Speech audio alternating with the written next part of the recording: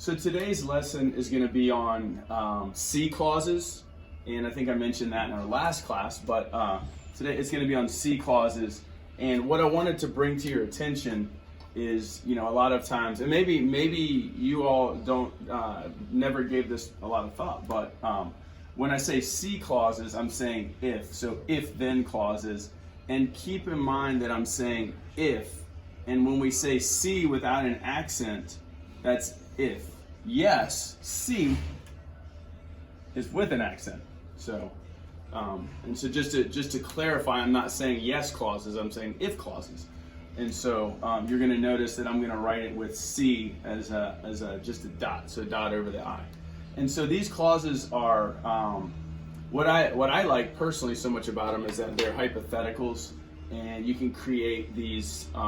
It really, as you learn the language, it allows you to sort of kind of step your game up a bit in terms of how you articulate things. It's not just quiero comer or me gusta. It's now you're creating these hypothetical scenarios where you're saying, the example I gave earlier, if I were to have more free time, then I would travel.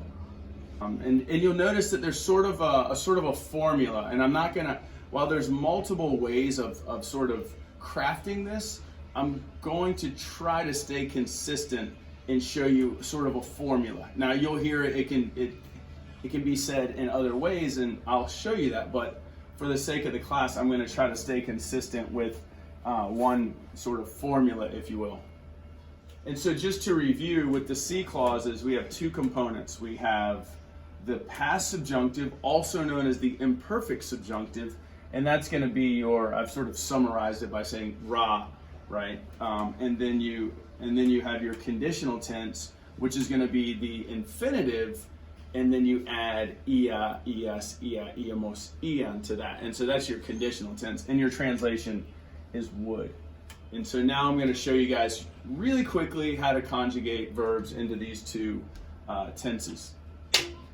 So again, to form the past subjunctive, we put a verb in the third person plural preterite, we drop the RON, and then we add the following endings, right? And this is showing you that you'll put an accent over whatever verb or whatever vowel that is, sorry.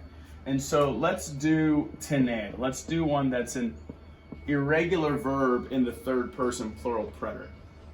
And so just to review, for the past subjunctive, it's the third person plural preterite, which is where we got tuvieron from. We drop the RON, right? We drop this, and then we add the following endings. RA, RAS, RA, RAMOS, and RAN. And again, this is showing you that you have an accent. And so, as you'll see here, tuviera, tuvieras, tuviera, tuviéramos, accent, tuvieran. And really the translation for the sake of the C clauses when we use the past subjunctive is were to and then whatever your verb is. So this would be were to have, for example, right? I were to have, you were to have, he, she, it were to have, we were to have, they were to have. So that's how its translation will work when we put it into the C clause. So in terms of the conditional tense, its translation is would, and then of course whatever verb that is we're talking about. To conjugate a verb into the conditional tense, we would keep it in the infinitive, except of course for los irregulares, right? And the same irregulars for the conditional, or the exact same irregulars for the future. So that's pretty nice.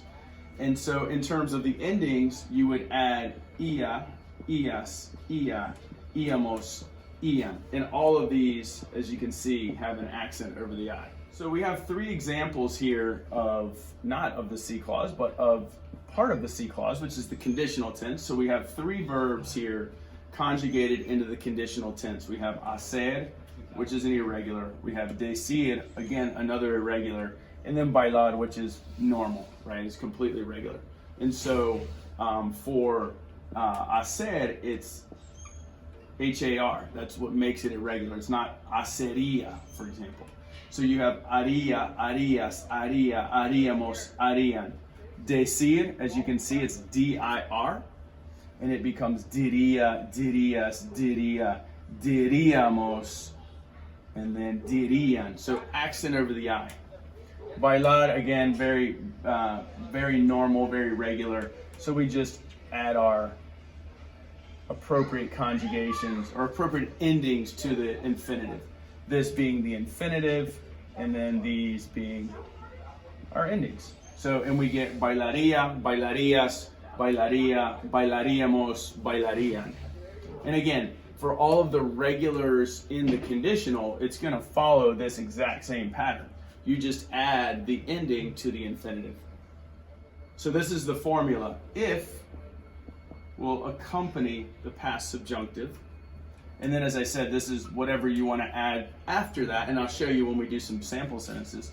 And then you put your comma here to break these up, and then you say then, or entonces in Spanish, and then you apply your conditional tense, which will create your would scenario of the hypothetical. So we're going to review the C clauses and look at how they operate in Spanish compared to their English counterpart. So the first sentence is, if I were to have more money, I would travel more.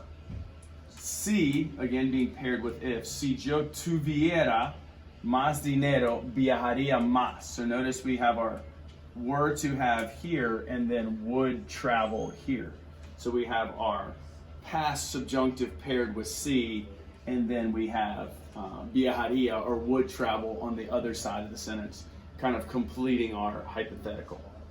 Number two, if I were to live outside the US, I would live in Nicaragua.